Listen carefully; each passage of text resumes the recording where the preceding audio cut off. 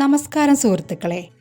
ബന്ധങ്ങൾ, അവയിൽ പാലിക്കേണ്ട ചില വസ്തുതകൾ വിശദീകരിക്കുകയാണ് ഇന്നിവിടെ. ഇതിലാദ്യത്തേത് കമ്മ്യൂണിക്കേഷൻ ഈസ് കീ. എന്തും തുറന്നും സത്യസന്ധമായും സംസാരിക്കുന്നത് നല്ലൊരു ബന്ധം കെട്ടിപ്പടുക്കാൻ ദമ്പതികളെ സഹായിക്കുന്നു. ഉദാഹരണത്തിന്, അനുഭവങ്ങളും വികാരങ്ങളും തുറന്നു പറയുന്ന ജോഡികൾ കൂടുതൽ ശക്തമായ ബന്ധം കൈവരിക്കുന്നു. രണ്ടാമതായി, പങ്കിടുന്ന താൽപ്പര്യങ്ങൾ.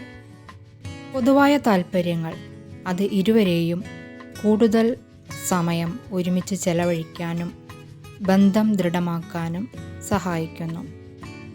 ഉദാഹരണത്തിന്, ഇരുവരുടെയും ഹോബികൾ ഒന്നാണെങ്കിൽ അവർക്ക് കൂടുതൽ സന്തോഷമുള്ള ബന്ധം കൈവരിക്കാൻ സാധിക്കുന്നു. മൂന്നാമത്തേതാണ് ആരോഗ്യകരമായ വാദം. അഭിപ്രായ വ്യത്യാസങ്ങൾ സർവ്വസാധാരണമാണ്. അവ എങ്ങനെ കൈകാര്യം ചെയ്യുന്നു എന്നതാണ് പ്രധാനം. ഉദാഹരണമായി, സമഗ്രമായി തർക്കങ്ങൾ പരിഹരിക്കുന്ന ജോഡികൾ കൂടുതൽ കാലം ഒരുമിച്ച് മുന്നേറുന്നു. നാലാമത്തേതാണ് സഹിഷ്ണുതയും നന്ദിയും.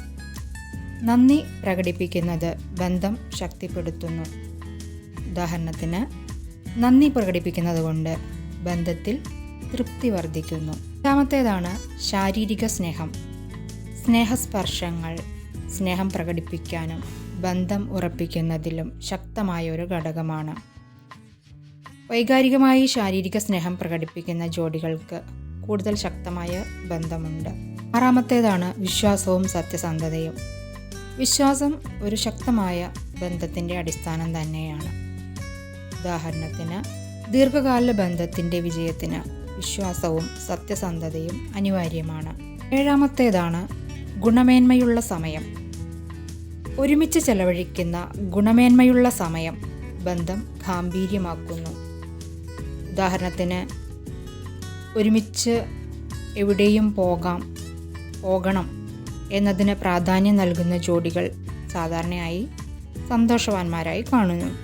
എട്ടാമത്തേതാണ് ഒരേ ലക്ഷ്യങ്ങൾ പിന്തുണയ്ക്കുക എന്നത്. പരസ്പരം സ്വപ്നങ്ങൾക്കും ലക്ഷ്യങ്ങൾക്കും പിന്തുണ നൽകുന്നത് ബന്ധം ശക്തിപ്പെടുത്തുന്നു.